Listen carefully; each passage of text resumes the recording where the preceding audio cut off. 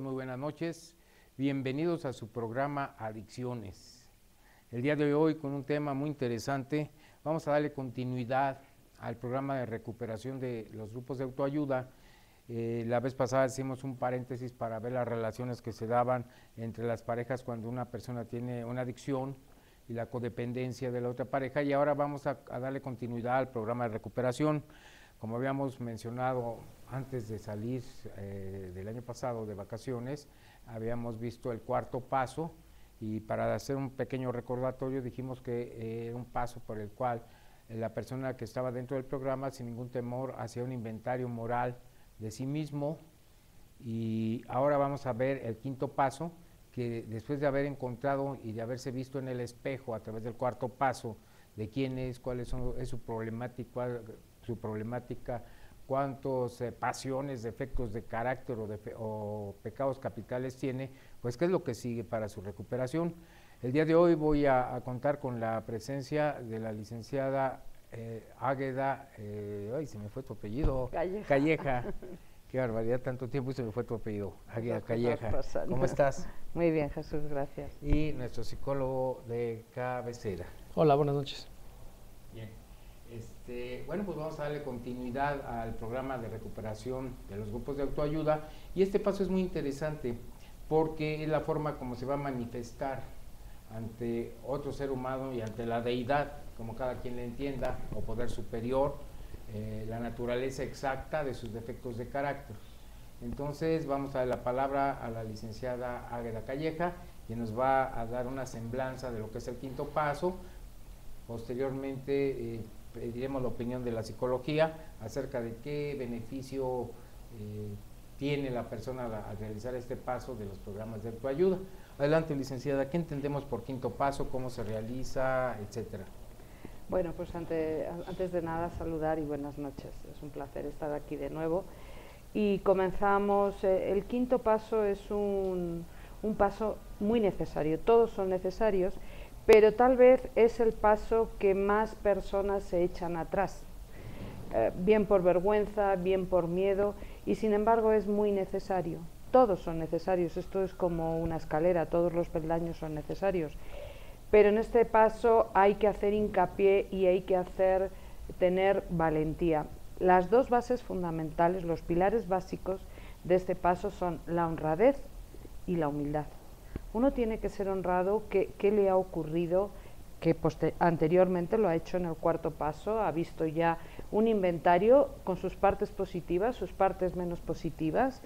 Entonces, cuando uno ve esto, uno mismo ya se lo puede decir a sí mismo, ya tiene una conciencia, una luz. Veíamos que en el cuarto paso era un paso de luz y de conciencia, y ya tiene una luz para saber, por lo menos mínimamente, qué ha sucedido dentro de él y fuera de él, ¿no? También ya si tiene una relación, bien Dios, una energía, cada uno como lo quiera llamar, es bueno encontrar lo que cada uno quiera, ¿no? Pero es lo más difícil es decírselo a otra persona, ¿no? Pero sin embargo es absolutamente necesario, porque curiosamente este paso en esencia es el paso de la vinculación. El alcohólico, el adicto, el dependiente, el codependiente suelen ser personas que hay una barrera interior muy profunda, que no es soledad, es un profundo aislamiento con el otro, con el ser humano, ¿no? Entonces, cuando tú no tumbas esas barreras, que precisamente el cometido de este paso es derrumbar esas barreras, lo que ocurre es que no puedes llegar mínimamente a tener un equilibrio. Hay un impedimento. Para mí, básicamente diría que este paso es el paso de la vinculación con los demás. Es necesario conocerse a uno mismo, pero también es necesario vincularse a la humanidad. Un ser humano no puede estar aislado, so pena que pierda sus facultades mentales, emocionales y físicas. Claro. Sí, somos entidades gregarias, y lo decía Sócrates a través de Platón, que el hombre que vivía solo o era un superhombre o era un animal. En fin, pues después de habernos visto a la luz del cuarto paso, de hacer un estudio minucioso de quiénes somos, de cuál es nuestra problemática existencial, de cuáles son nuestras virtudes y nuestros defectos, y asomarnos por lo menos someramente al espejo y empezarnos a dar cuenta quiénes somos, como atinadamente dice Águeda, pues es un paso vinculatorio con el otro ser humano, reconocer ante el otro ser humano quiénes somos. Pero bueno, yo no voy a ir con cualquier ser humano a decirle quién soy, mis hechos positivos y negativos y mi vida, sino ante un ser humano que me va a entender, ante un ser humano o que sea profesional de la mente, un psicólogo, o que sea profesional del aspecto espiritual, un ministro de cualquier clero religioso al que la persona crea, o un compañero del propio grupo, un compañero que se le tenga la confianza como para decirle, mira, este soy yo.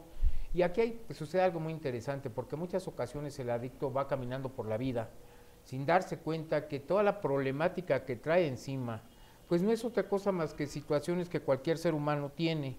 Y la persona que lleva eso consigo cree que es el único y que ha sido el hombre más malo del mundo, el gran pecador, o que solo a él le ha pasado, o que él solo se ha atrevido a hacer una situación.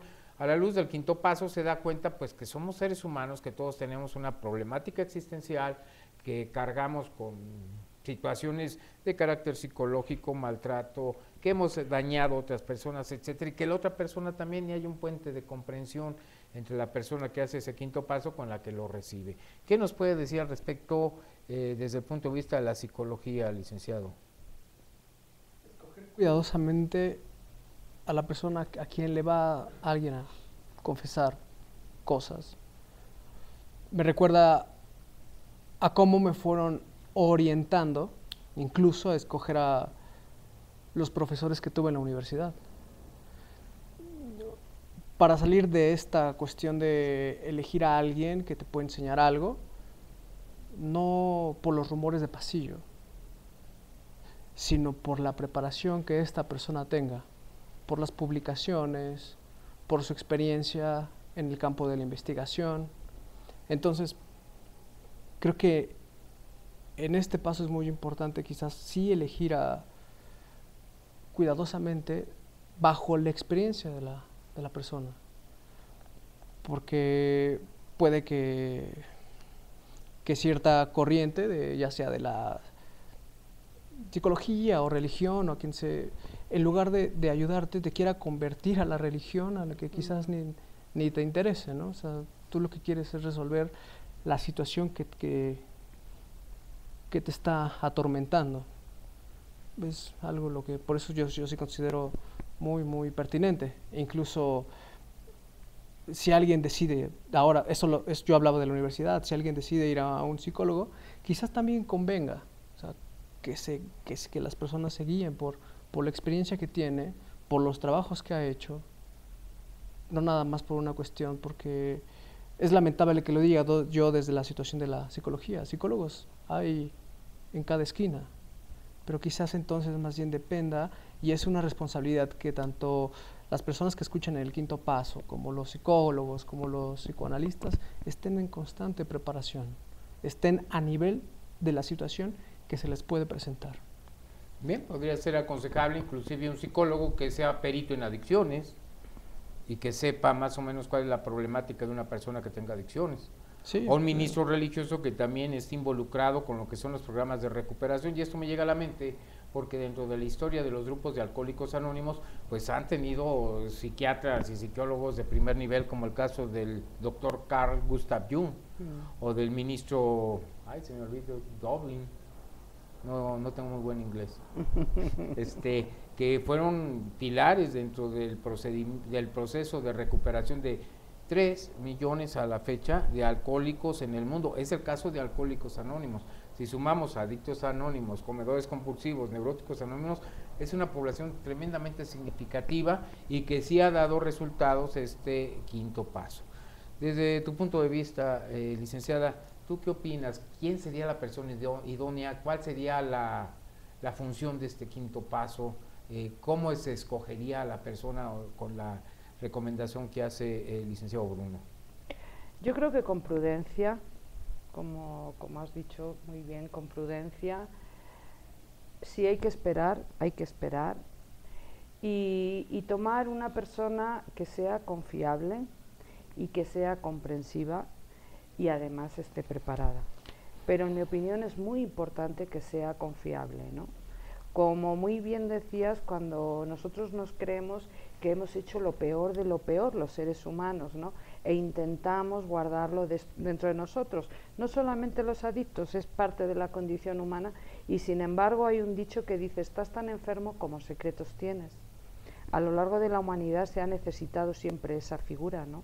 Ahora ya la psicología está muy avanzada, pero hace años los sacerdotes eran un punto de referencia para muchísimas personas. Yo creo que sí, que hay que ser prudente, y llegará la persona y el momento oportuno cuando uno realmente está dispuesto a hacerlo. O sea, como dijera un abogado, en modo, tiempo, lugar y circunstancias. Pues sí, así mismo, sí. Bueno, pues yo recuerdo que en muchos credos religiosos se hace un acto de contrición en el cual uno hace una remembranza de todas sus faltas.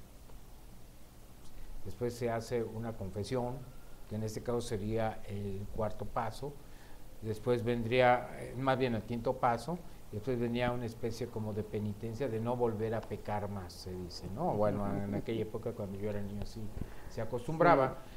Ahora tenemos el apoyo de la psicología, el apoyo de la ciencia, el gran apoyo de estos grupos de autoayuda. En 1935, cuando se crean los primeros grupos de alcohólicos anónimos, que fue el primero, pues eran 4 o 5 alcohólicos que se reunían y entre ellos iban haciendo, no había sus 12 pasos ni nada de lo que ahora se tiene. Entonces entre ellos iban experimentando qué se iba a ver. Ahí hay un librito que se llama El Sermón de la Montaña. Wow.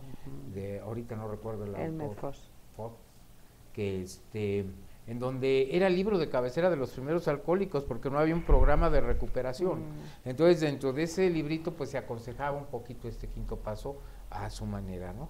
Pero bueno, estando ya en el pleno siglo XXI, como les comentaba, con más de 3 millones de alcohólicos y no sé cuántos millones más de adictos, comedores, adictos al juego, neuróticos, narcóticos, todos los grupos de autoayuda que han surgido de este programa de recuperación.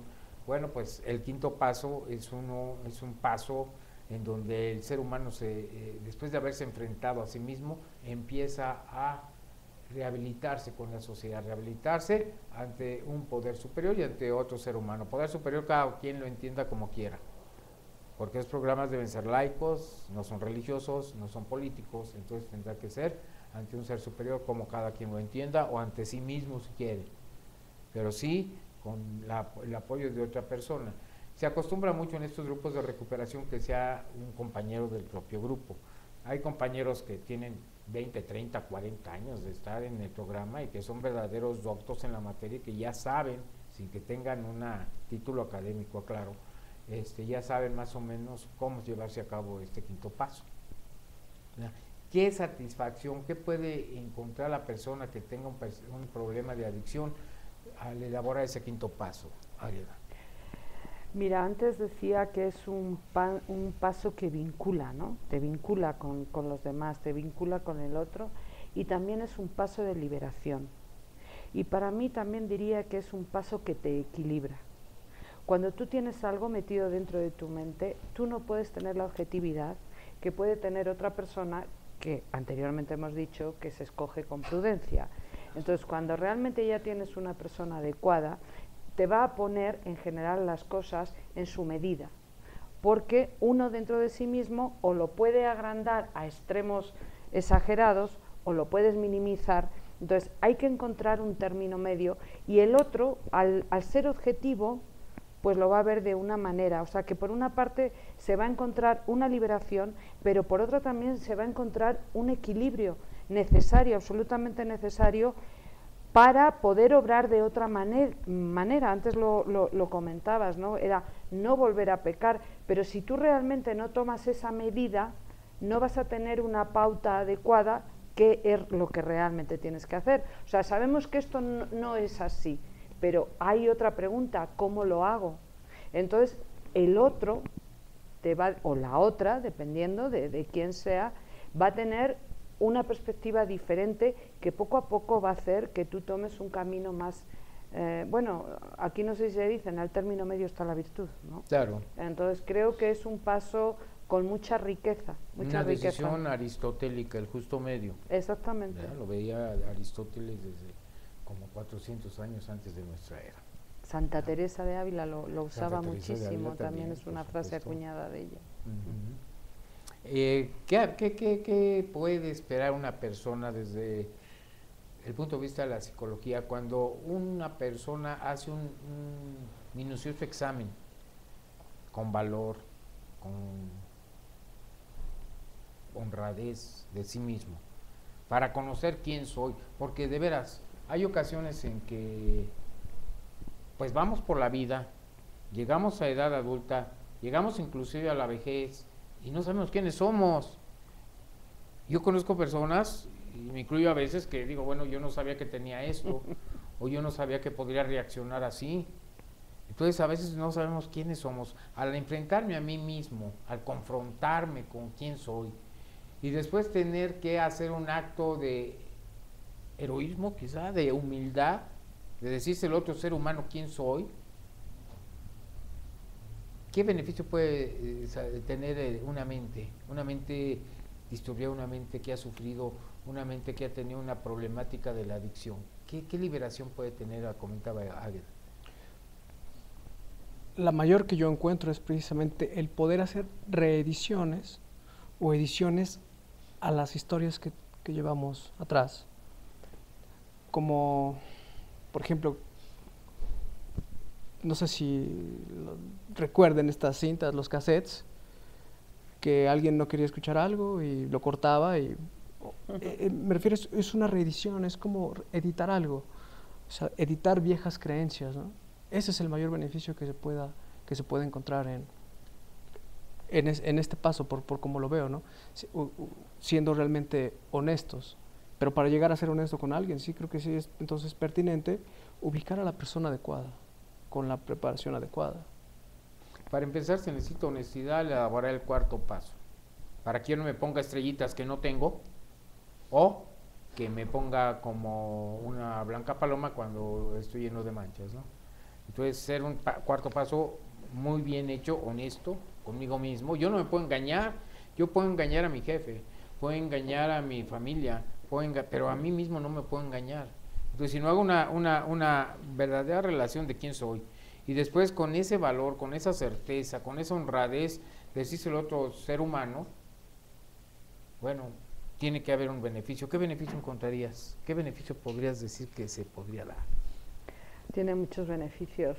Mira, los grandes hombres y las grandes mujeres en la historia de la humanidad siempre han hecho una introspección y siempre han tenido a su lado gente y personas confiables donde poder hablar y compartir, para no, como decía Aarón, para no deformar, no seguir deformando. Uno cuando está metido de uno mismo, y te puedes mentir muchas veces, o sea, te cuentas una película que no es real y te la estás creyendo. Entonces cuando compartes, primero las demás personas te dan, eso es como cuando estás en una tertulia, ¿no? Y sale un tema diferente, y qué cosa tan curiosa que un mismo tema, cada persona opina y tiene un criterio diferente, y ni mejor ni peor, simplemente es diferente, ¿no? Entonces esto es lo mismo. Cuando una persona saca algo, los demás van a dar otra perspectiva, y es muy enriquecedor, porque no te vas a quedar metido en una mente que intenta siempre cerrarte. La mente de un adicto, la mente de un dependiente, tiende a cerrar, nunca a abrir, seguramente por miedo, por un miedo muy profundo del cual ni siquiera el ser humano es consciente, pero es una realidad. Entonces va a encontrar muchísimos beneficios, va a encontrar una liberación, y en la liberación hay cuanto menos tranquilidad. Ya no voy a decir paz, que a lo mejor es una palabra, un concepto muy grande, ¿no? Pero cuanto menos tranquilidad, y eso es muy importante para una persona a la hora de emprender cualquier actividad, ¿eh? Es muy importante hacerlo con tranquilidad. Claro, como comentabas atinadamente, ¿cuántas personas después de haber hecho una introspección no tienen a su lado a otro ser humano que le apoye, que le ayude, que lo comprenda, que lo anime, que lo empuje, etcétera, ¿no? Y no hablo únicamente de personas comunes, sino también de líderes políticos, de líderes de pensamiento, que siempre van a tratar de conocerse a sí mismos, porque no es fácil. Yo creo que incluso le atribuyen esta frase a Napoleón, cuando le preguntan, no sé qué tan cierto sea, que cuál es la conquista que más le ha interesado o que más le gustaría, y dice conquistarme a mí mismo, y para conquistarme debo conocerme, y para conocerme debo ser honrado conmigo mismo, y después darme cuenta de la magnitud de la naturaleza de mis pasiones, de mis defectos y de mis virtudes, y eso compartirla con otro ser humano que me va a apoyar.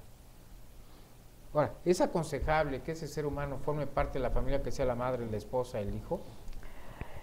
Fíjate, yo creo que es mejor que sea una persona ajena a la familia por múltiples cosas, ¿no? Yo creo que siempre puede ser un psicólogo, es una persona muy adecuada, un ministro religioso, un buen amigo, pero no tanto que sea mi amigo del alma, sino que tenga esa capacidad de poder escuchar, una persona que en los pasos de autoayuda hayamos visto que es confiable, que es una persona seria, pero yo recomendaría que en la familia no se debía de tener eso. De hecho, el sacerdote es ajeno a la familia, claro, ¿no? Esa figura tradicional que ha existido, el psicólogo es ajeno a la familia, y además muchas veces vas a compartir cosas que ha habido problemas en la misma familia. Claro. Entonces, tampoco la familia, independientemente ya de que sea conveniente o no sea conveniente, a lo mejor no va a tener la misma objetividad que puede tener otra persona ajena, con lo cual no te va a ser útil.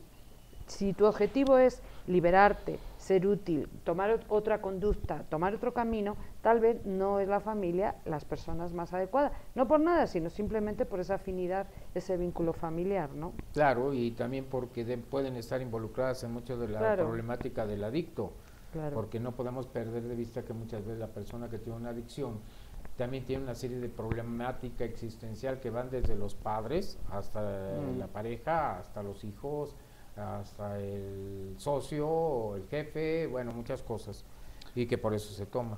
Un par de cosas. Escuchándolos me acordé de una frase, una cita de Nietzsche, de Federico, en la que él menciona que la mentira más grande es con la que uno mismo se engaña. Engañar a otros es un acto vano. O sea, eso por lo que mencionaba, ¿no? Del valor que se debe tener. Quizás no sirve de nada engañar. Y lo otro que quería comentar es que sí es muy importante esto que menciona Águeda en cuanto a la afinidad de lo familiar, porque inmediato me recordó la experiencia de Melanie Klein. Melanie Klein, psicoanalista que retoma a Freud, y esa teoría la enfoca con niños. Entonces Melanie Klein analiza a sus hijos. Su hijo termina suicidándose. O sea, quizás justo por esta cuestión de que al hijo le pareció insoportable que su madre se enterara de los deseos que éste tenía o que se le habían generado en el entorno familiar. O sea, entonces sí, yo volvemos a lo que mencionaba al inicio. O sea, se debe estar a nivel de la situación para poder enfrentar cosas así. Y tener presente que si no se está a nivel de la situación, pues mejor quizás sí recurrir al profesional o al compañero del grupo de autoayuda. Definitivamente, yo creo que no podemos sanarnos nosotros a costillas de enfermar a otro. Claro. Y digo, bueno, todos tenemos una problemática. Si una persona siente ciertos deseos, vamos a suponer sexuales, y se lo dice a la esposa, bueno, pues va a terminar con el matrimonio. O si ha tenido alguna, bueno, cualquier cosa, y se lo dice al hijo, se lo dice al hermano, o se lo dice al familiar, pues obviamente va a destruir una relación y no lo va a entender y ni se va a sanar y sí puede enfermar a otra persona. Claro, entonces por eso que decía que de lo que se trata al hablarlo con otro es editar esa situación, esas situaciones familiares, que se construya otra cosa, pasar de eso y como bien lo dice, o sea, porque cuando se confiesa en la familia se generan efectos quizás devastadores. A veces catastróficos. Sí. Porque como vimos la sesión pasada, el cuarto paso, vamos a ver el aspecto económico, el aspecto de seguridad, el aspecto sexual, muchos aspectos de la vida íntima de la persona. Entonces, yo no solo voy a confesar unas situaciones que tuve en la primera infancia, o en la adolescencia, o en la juventud, o mil cosas, a mi padre, a mi madre, a mi esposa, a mi hijo, porque bueno, no me van a entender ni me voy a curar y los voy a enfermar y a lo mejor hasta deshago la familia. Para eso están los profesionales, para eso están los ministros de los credos religiosos, que bueno, en paréntesis y con todo respeto, pues ahora se dedican más a la política que al credo religioso, pero bueno. Y el compañero, ese guía, en alguna ocasión vimos la importancia de lo que es el apadrinamiento dentro de los grupos de autoayuda, que es la persona que va guiando, la persona con experiencia, la persona que tiene conocimiento ya de muchos años dentro de las agrupaciones, que va guiando al nuevo, que va guiando a la persona que va ingresando, la persona que está empezando a hacer su cuarto o quinto paso. Bueno, pues ese tipo de personas con la vasta experiencia que tienen son excelentes seres humanos que pueden orientar. Sí, yo creo que sí, entre otras cosas porque fíjate que ¿quién te va a entender mejor que una persona que ha pasado lo mismo que tú? ¿No? O sea, cuando una persona va a un hospital y le dicen que tiene un tumor cancerígeno, otra persona con un tumor cancerígeno puede saber la angustia o lo que ha sentido esa persona cuando eso le han dado esa noticia, ¿no? Cuando tú tienes algo que el otro ha tenido, aunque ya haya pasado, indudablemente todos somos absolutamente diferentes, no hay nadie igual, eso tiene que quedar muy claro. Pero cuando se han compartido unas vivencias, unas experiencias, esa persona sí que puede ser muy apropiada a ayudar a otra persona, ¿no? Y en cuanto al quinto paso, fíjate que, como retomo lo que decía antes, los grandes hombres y mujeres de la humanidad han hecho siempre una introspección. Y voy a contar una historia que no sé si es real o no, pero para mí me valió muchísimo y me impactó mucho. Hay un libro que escribió un italiano no hace tantos años, no recuerdo el autor, la verdad, y habla de San Francisco de Asís y Santa Clara. Y cuando ya San Francisco está pues en lo último, en su agonía, le declara a Santa Clara su amor y le pide perdón. Entonces Santa Clara le dice que cómo le va a perdonar por haber estado enamorado de ella. Y le dice, no es por haber estado enamorado de ti, es por no habértelo dicho. Y también en la agonía dice San Francisco que ha estado equivocado toda su vida, que él había promovido la pobreza y que se equivocó, que lo que había que promover era la sencillez. O sea que lo que quiero decir con esto es que si un hombre del calado de San Francisco de Asís, cuando está terminando su vida, es capaz de reconocer sus propios errores, lo que quiere decir es que por muy santo, por muy místico o por muy alto que estés, no dejas de ser un ser humano. Claro, definitivamente. O sea, eres un ser humano con todo lo que conlleva ser humano, ¿no? Y tener personas a tu lado que digan, bueno, no pasa nada, has hecho esto, te has equivocado, pero mira, también tienes esto, bueno, esto no sé qué, eso hace que a ti pues te dé ánimo para seguir adelante en la vida, teniendo conciencia de que no estás por encima ni del bien ni del mal, sino que eres un ser humano, que a veces nos cuesta mucho, ¿eh? Definitivamente, yo creo que es una forma de que la persona se ubique en su realidad. Exactamente. Porque vamos a abatir o vamos a disminuir un poquito nuestro ego natural. Con el hecho de que yo haga un cuarto paso y reconozca que tengo una cierta problemática, como cualquier ser humano, aquí estamos hablando de cualquier ser humano, ¿eh? Sí, No solamente el sí, adicto sí, tiene problemáticas. Exactamente. Entonces, cuando yo ya estoy reconociendo que tengo una problemática y después la reconozco ante otro ser humano, a tratar de disminuir, de progresar, de corregir, de conocerme, de mil cosas, pues obviamente, aparte de ser un acto ego reductor, también me sirve a mí porque me voy conociendo, lo voy diciendo y voy empezando a ver qué es lo que puedo trabajar dentro de mi problemática para salir adelante, para ir superando. Es como el psicólogo cuando se acuesta una persona en el diván, si digo una barbaridad me corrige el licenciado. Estoy a la escucha. Una persona en el diván y le dice al psicólogo lo más recóndito de su inconsciente, está bien, ¿no? No inconsciente, de su inconsciente, y lo manifiesta, y el psicólogo va haciéndose una idea de cuál es la persona, cuál es su problemática, cuál es su personalidad, cuál es una patología que pueda tener, etcétera, y lo va guiando. ¿Por qué? Porque se lo está diciendo. También es el caso del quinto paso. Si no es el psicólogo, si no es el ministro religioso, también es una persona que tiene la experiencia necesaria para guiar a este ser humano y que vaya saliendo, y obviamente al salir a ir despejando su mente, a ir quitándole esa piedra que va cargando durante años, obviamente que va a haber un cambio en su forma de ser, de pensar, de actuar, de sentir, de amar. ¿O qué opina, licenciado? Ya que habla de diván, Uh-huh. sí, sí, en efecto, hay una cuestión de que el que esté escuchando, hablemos del psicoanálisis. Para ser psicoanalista tuvo que haber pasado por esa experiencia también de estar en un diván y hablar, como dice, de lo más recóndito de lo inconsciente. Uh-huh. Solo así uno se convierte en psicoanalista, porque hoy día, pues no sé, puede haber maestrías en terapia psicoanalítica, pero hablan de la teoría psicoanalítica, más no de la experiencia de psicoanálisis. Es decir, ponerse en un diván y hablar de lo que realmente le sucede.